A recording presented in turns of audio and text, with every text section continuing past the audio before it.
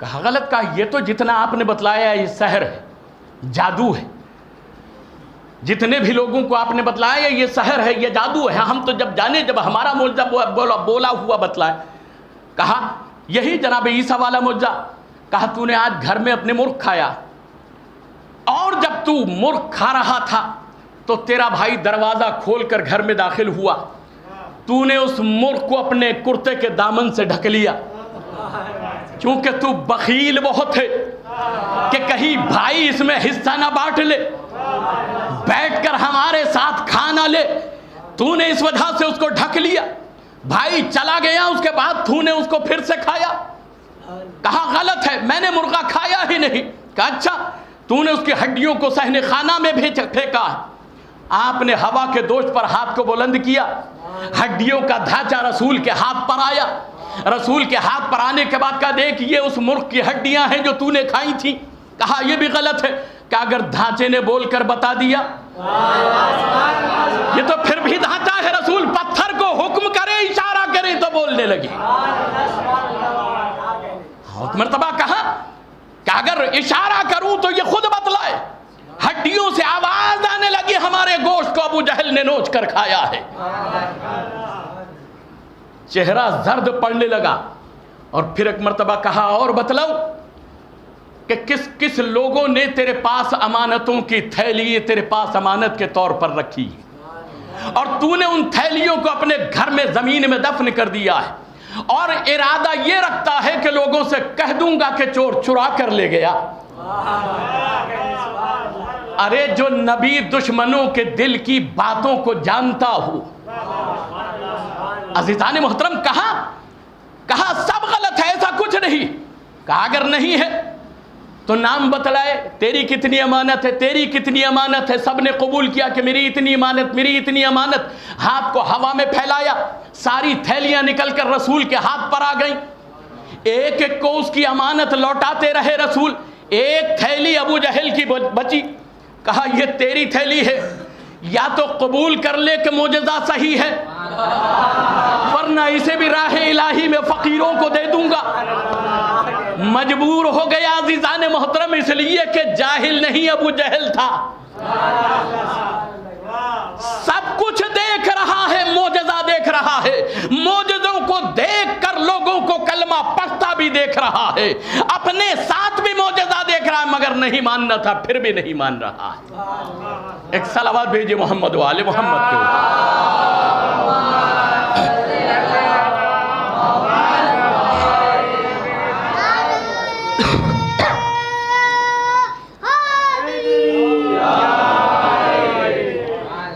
عزیزان محترم، میں نے عرض کیا کہ اللہ نے ہمارے نبی کو دو معجزے، ایک قرآن اور ایک اہل بیت عطا کیے۔ قرآن بھی باقی ہے، اہل بیت کی ایک فرد باقی ہے، ایک فرد نہیں 12 کی 12 باقی، 12 کی 12 باقی۔ دیکھیے قرآن کا کمال کیا ہے، صفت کیا ہے؟ وَنُنَزِّلُ مِنَ الْقُرْآنِ مَا هُوَ شِفَاءٌ وَرَحْمَةٌ لِّلْمُؤْمِنِينَ وَلَا يَزِيدُ الظَّالِمِينَ إِلَّا خَسَارًا۔ اور ہم نے جو قرآن میں نازل کیا، ننزل من القرآن ما هو شفاء ورحمۃ للمؤمنین، اس میں مومنین کے لیے شفا ہے، مومنین کے لیے اس میں رحمت ہے، مومنین کے لیے اس میں برکت ہے۔ ولا یزید الظالمین الا خسارا، مگر ظالمین کے لیے اس میں نقصان ہے۔ تو یہ قرآن کی صفت کہ مومن کے لیے فائدہ، مومن کے لیے برکت، مومن کے لیے رحمت، لہذا مومن بننے کی کوشش کرو جو اس قرآن سے شفا اور برکت اور رحمت حاصل کر سکو۔ ولا یزید الظالمین الا خسارا، اور ظالمین کے لیے اس میں نقصان ہے، تو ہر ظلم سے بچنے کی کوشش کرو تاکہ یہ قرآن ہمیں صحیح سے فائدہ دے سکے۔ عزیزان محترم، ادھر قرآن ناطق اہل بیت ہیں، ان کے بھی منزل یہی، دنیا سمجھتی ہے کہ علی مر گئے، ہمارا عقیدہ ہے کہ یہ اللہ کی راہ کے شہید مرتے نہیں بلکہ زندہ رہتے، اسی لیے ہمارے کلمے میں علی موجود ہے۔ قیامت تک اگر یہ معجزہ ہے تو ہمارے کلمے میں موجود رہے گا۔ آپ دیکھیں کہ مرہ بن قیس یہودی بادشاہ تھا، بہت بڑا لشکر تھا اس کے پاس، مال تھی، دولت تھا، بادشاہ تھا۔ ایک دن دربار میں بیٹھا ہوا، بیٹھے بیٹھے اپنے درباریوں سے کہنے لگا، تاریخ دانوں کو بلا کر جن کے پاس ہسٹری تھی، کہ ذرا ہمارے بزرگوں کی تاریخ بتلاؤ، ان کی ہسٹری بتلاؤ، ان کے کارنامے بتلاؤ، ان کی تعریفیں بتلاؤ۔ ہر بزرگ ہر انسان جو ہے اپنے بزرگوں کی تعریف کیا کرتا کہ ہمارے ابا ایسے تھے، ہمارے دادا ایسے تھے، کہ ذرا بتلاؤ، اوصاف بتلاؤ۔ اس میں سے کئی تاریخ دانوں نے کہا مرہ بن قیس یہودی سے کہ تمہارے بزرگوں میں اکثریت میں بزرگ ایسے تھے کہ جو علی ابن ابی طالب کے ہاتھوں سے جنگ خندق یا احد میں مارے گئے۔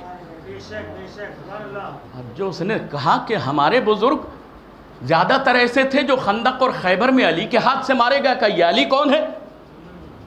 کہا سینکڑوں برس پہلے انتقال کر چکا ہے، اس کی قبر نجف میں ہے، اس کی قبر نجف میں ہے، نجف کی سرزمین پر ہے۔ کہا اچھا، ہم قبر سے بدلہ لیں گے، ہم ہمارے بزرگوں کو مارا، ہمارے بزرگوں کو قتل کیا، ہم قبر سے بدلہ لیں گے۔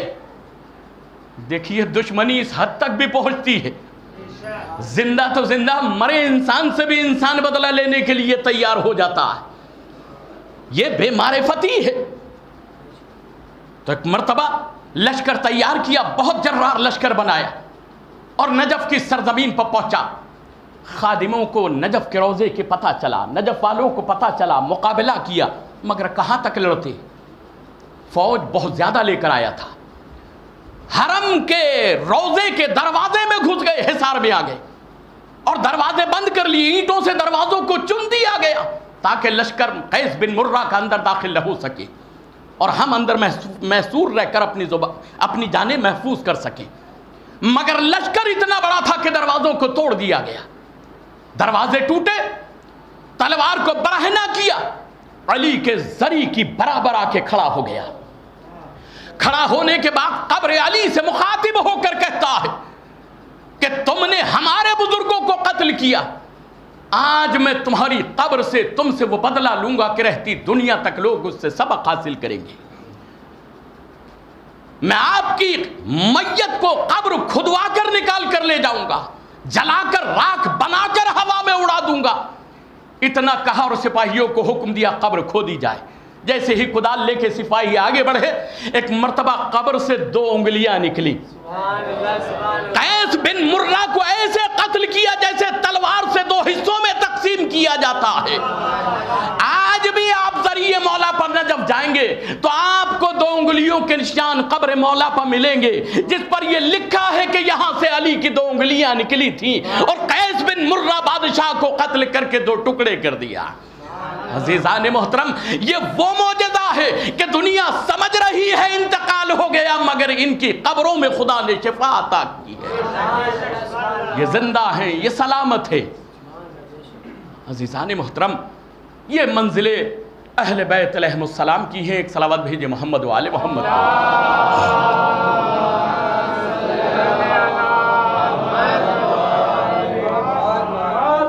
اگر آپ اجازت دیں تو اور پڑھ دوں یا یہیں سے مصائب شروع کر دوں؟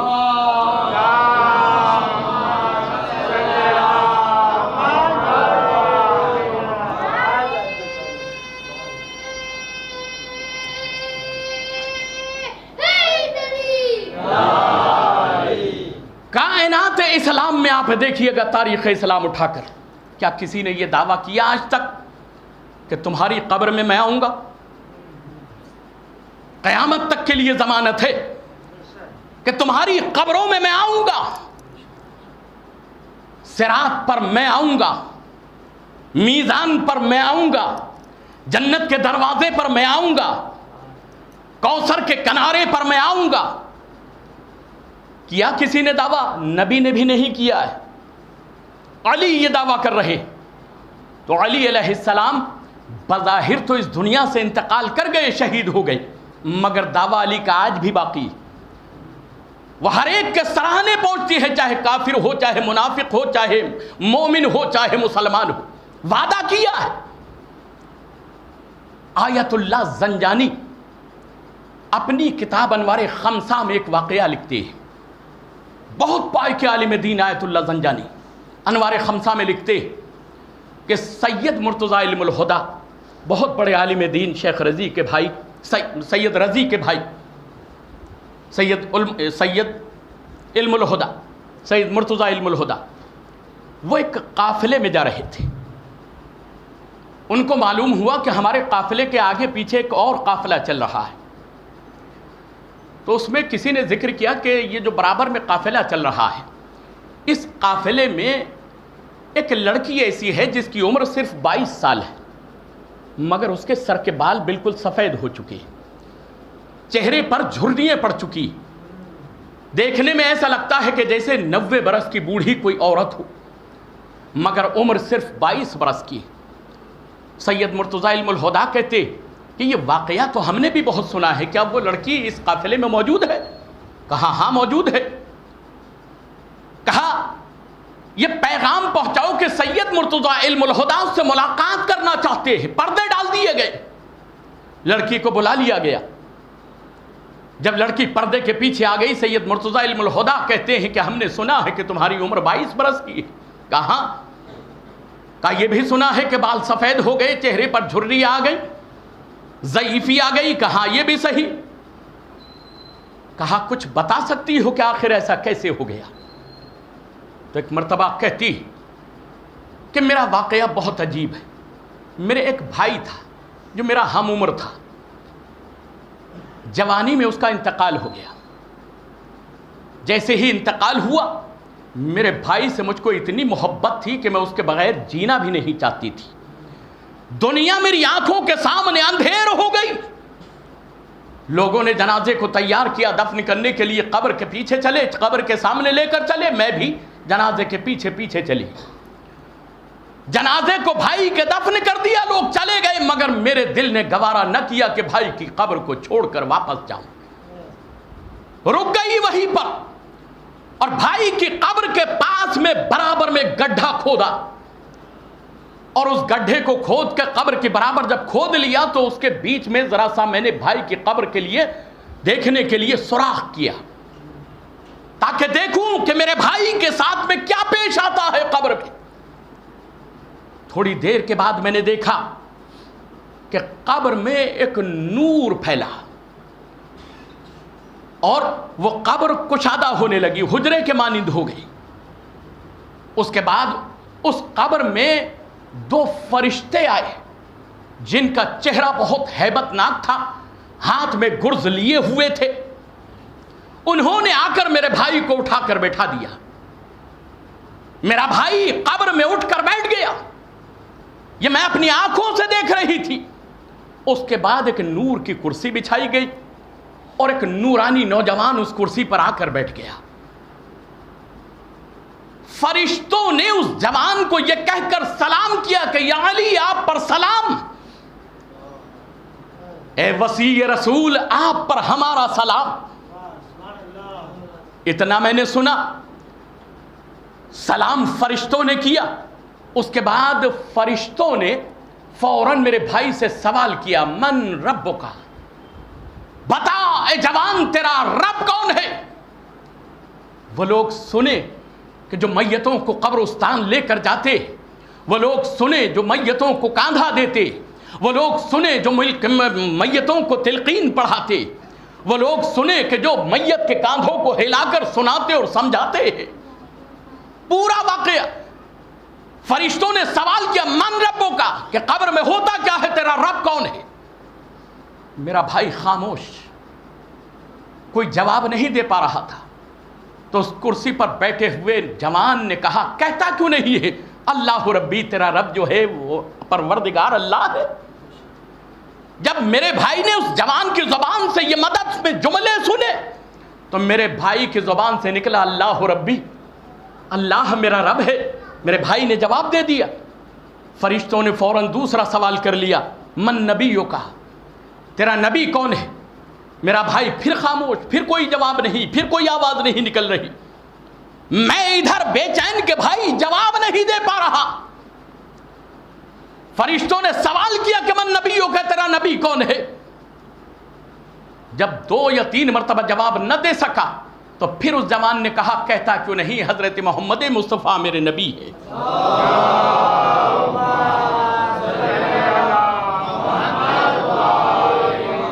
میرے بھائی نے فوراً کہا، جواب دیا، اور جواب دینے کے بعد فوراً فرشتوں نے پھر سوال کیا بتا تیرا امام کون ہے، بتا تیرا امام کون ہے.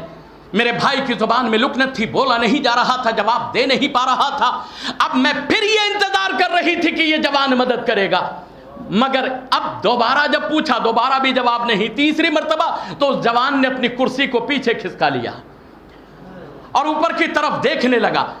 جب 3 مرتبہ پوچھا اور جوان نے کوئی مدد نہ کی تو مجھ سے رہا نہ گیا، میں نے دیوار توڑی، اور دیوار توڑنے کے بعد میں کہا کہ جس طرح سے 2 مرتبہ آپ نے اس کی مدد کی، اب بتا تو کیوں نہیں دیتے کہ اس کا امام کون ہے؟ تو کہا کہ دیکھو اللہ کے باروں میں فرشتے نے پوچھا تو ہم نے اس کی مدد کر دی، نبی کے بارے میں پوچھا تو ہم نے اس کی مدد کر دی، مگر اگر ہمیں امام مانا ہوتا تو ہم اس کی مدد کرتے. ہمیں اس نے مانا ہی کب ہے امام جو ہم اس کی مدد کریں گے؟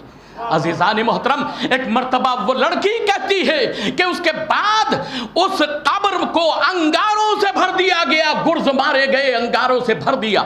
میں فوراً گھبرا کر نکلی. اب جو میں قبر سے نکلی تو میں نے اپنی حالت جب دیکھی تو میرے بال سفید ہو چکے تھے، میرے چہرے پر جھریاں پڑ چکی تھی.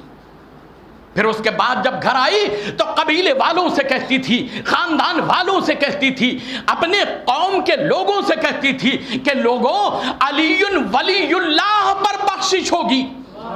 اگر کوئی لاکھ لا الہ الا اللہ کہتا رہے، لاکھ محمد الرسول اللہ کہتا رہے، جب تک علی ولی اللہ نہیں کہے گا تب تک کسی کی نجات نہیں ہو سکتی، تب تک کسی کی بخشش نہیں ہو سکتی.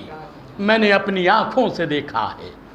ایک صلوات بھیجیے محمد و آل محمد کے.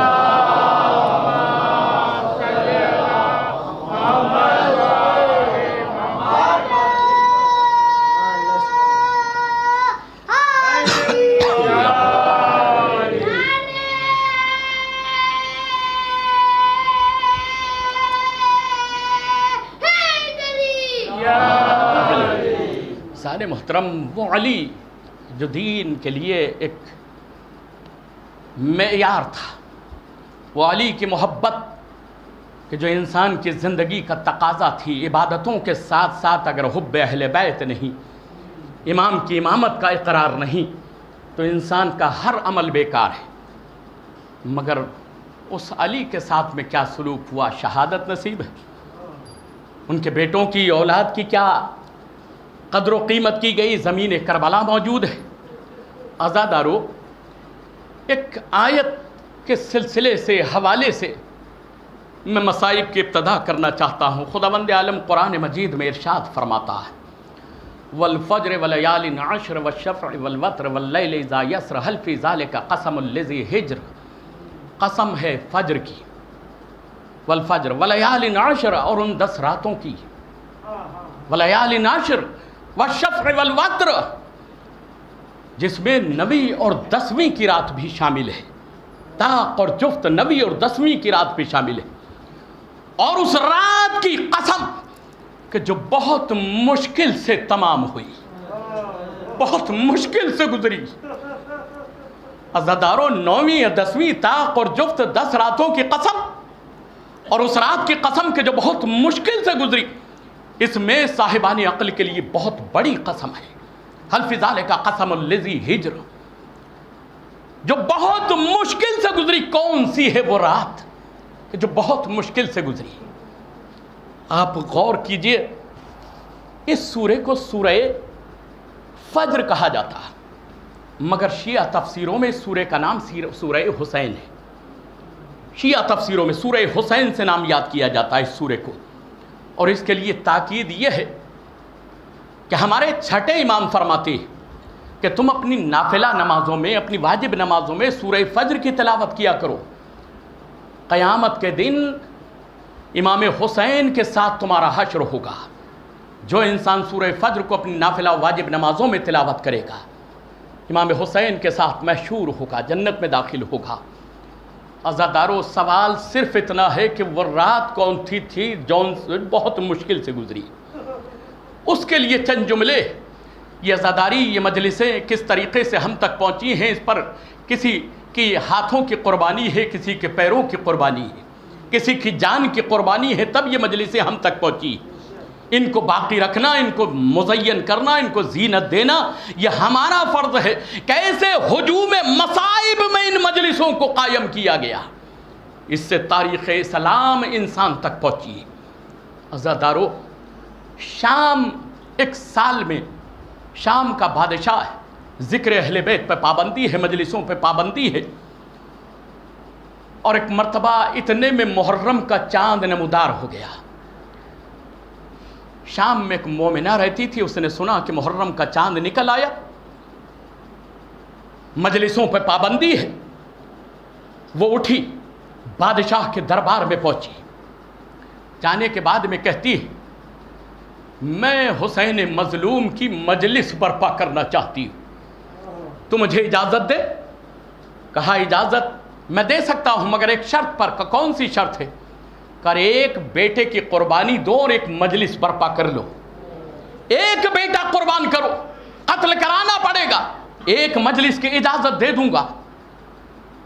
ضعیفہ خوش ہو گئی کہ ایک بیٹے کی قربانی دوں گی، فاطمہ کے لال مظلوم حسین کی مجلس برپا کروں گی۔ اگلے دن بیٹے کو لے کر پہنچی، کہا لے بیٹا حاضر ہے۔ اس نے سوچا کہ ایک کی قربانی دے گی، ہوش ٹھکانے آ جائیں گے، خود بند ہو جائے گا سلسلہ۔ جلاد کو حکم دیا، بیٹے کو اس کے سر کو قلم کیا گیا، اس کی گود میں ڈال دیا۔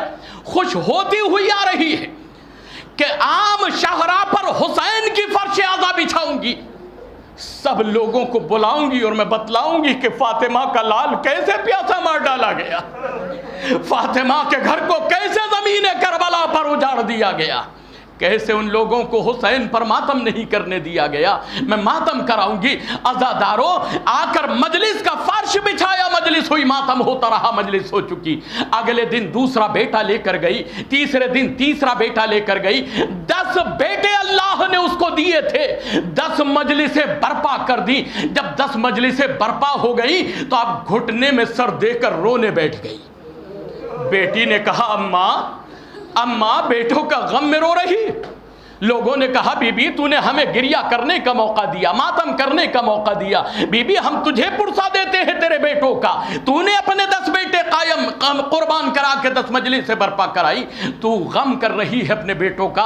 تو ایک مرتبہ ضعیفہ سر اٹھا کر کہتی ہے میں رو اس لیے نہیں رہی کہ میرے بیٹے قتل ہو گئے، بلکہ رو اس لیے رہی ہوں کہ خدا 11واں بیٹا دیتا تو شام غریباں کی مجلس کرا پاتی۔ ہائے میں شام غریبہ نہ کرا سکی، میں شام غریبہ کی مجلس نہ کرا سکی۔ عزادارو، ارے کیسے یہ مشکل سے رات گزری ہے۔ یہ تاریخ میں کربلا میں کوئی امام حسین کے بچوں سے پوچھے، رسول کے گھرانے سے پوچھے، تاریخ بتلاتی ہے کہ جب مقتل میں سب قتل ہو چکے ہیں، خیمے جل چکے ہیں، رات کی تاریکی ہے، کبھی آواز تھوڑی سی بھی آتی ہے تو بیویاں ڈر جاتی ہیں، کبھی کہیں سے آہٹ محسوس ہوتی ہے تو بچے پریشان ہونے لگتے ہیں، سب کو ڈھونڈ بھال کر جمع کیا گیا ہے۔ عزادارو، ایک مرتبہ سعید بن عقیل کی زوجہ شہزادی زینب کے پاس پہنچی، اور پہنچنے کے بعد میں کہا بی بی میری بچیاں نظر نہیں آ رہی ہے، میری دونوں بیٹیاں نظر، میری ایک بیٹی نظر نہیں آ رہی ہے۔ کہا اچھا کہ تم خاموش ہو جاؤ، پریشان نہ ہو، میں ڈھونڈ کر لاتی ہوں۔ ام کلثوم کو ساتھ لیا، پیچھے کی طرف چل رہی ہے، دیکھتے دیکھتے کیا دیکھا، ایک برقع پوش بی بی ایک بچی کو لے کر آ رہی، اس بچی کو لے کر آ رہی ہے، آواز دی کہ لو تمہاری بچی ہے یہ، کہا ہاں، مگر ایک بات بتلاؤ، یہ بچی ڈھونڈنے کے لیے ہم نکلے تھے، یہ بچی ہماری ہے، مگر ایک بات بتلاؤ تم کون ہو؟ ہمارے قافلے میں سے کوئی اس قافلے میں نہیں گیا، اس قافلے سے کوئی ہمارے قافلے میں نہیں آیا، مگر تم کون ہو؟ تو ایک مرتبہ بی بی کہتی ہے اے زینب بیٹی، اگر چاند کو گہن نہ لگا ہوتا تو اپنے چہرے سے نقاب ہٹا کر دکھاتی، میں تیری ماں فاطمہ زہرا، ارے تیری تکلیفوں میں، شام غریبہ میں تیرے ساتھ ساتھ چل رہی ہوں، بعد قتل حسین تمہاری مصیبتوں میں ساتھ چل رہی ہوں۔ عزادارو، یہ تھی وہ منزلیں کہ جو رات بھر بچے تڑپتے رہے، روتے رہے، خطرہ محسوس کرتے رہے۔ لعنۃ اللہ علی قوم الظالمین وسیعلم الذین ظلموا ای منقلب ینقلبون۔ بار الحج محمد و آل محمد کا واسطہ، جو مومنین مومنات بیمار ہیں ان کو شفاء کلی صحت کاملہ عطا فرما، جو مومنین مقروض ہیں ان کے قرض میں ادائیگی فرما، جو مومنین پریشان حال ہیں ان کی پریشانی کو دور فرما۔ بار الحج محمد و آل محمد کا واسطہ ہمارے گناہ کبیرہ و صغیرہ کو معاف فرما، ہم سے مدنی سہون غلطیوں کو ان کو معاف فرما۔ پروردگارات کے محمد و آل محمد کا واسطہ ہمارے اس مختصر سے عبادت و مجلس کو قبول فرما۔ پروردگارہ ہمارے مرحومین جو اس دنیا سے اٹھ گئے ان کی مغفرت فرما، ان کو جنت میں عالی درجات عنایت فرما۔ پروردگارہ جو دنیا میں وبا پھیلی ہے اس سے تمام مومنین مومنات کو حفظ و امان عطا فرما، تمام مریضوں کو صحت کاملہ شفاء عاجلہ عطا فرما، امام کے ظہور میں تعجیل فرما، ان کے ناصروں میں ہمیں شمار فرما۔ ماتم حسین۔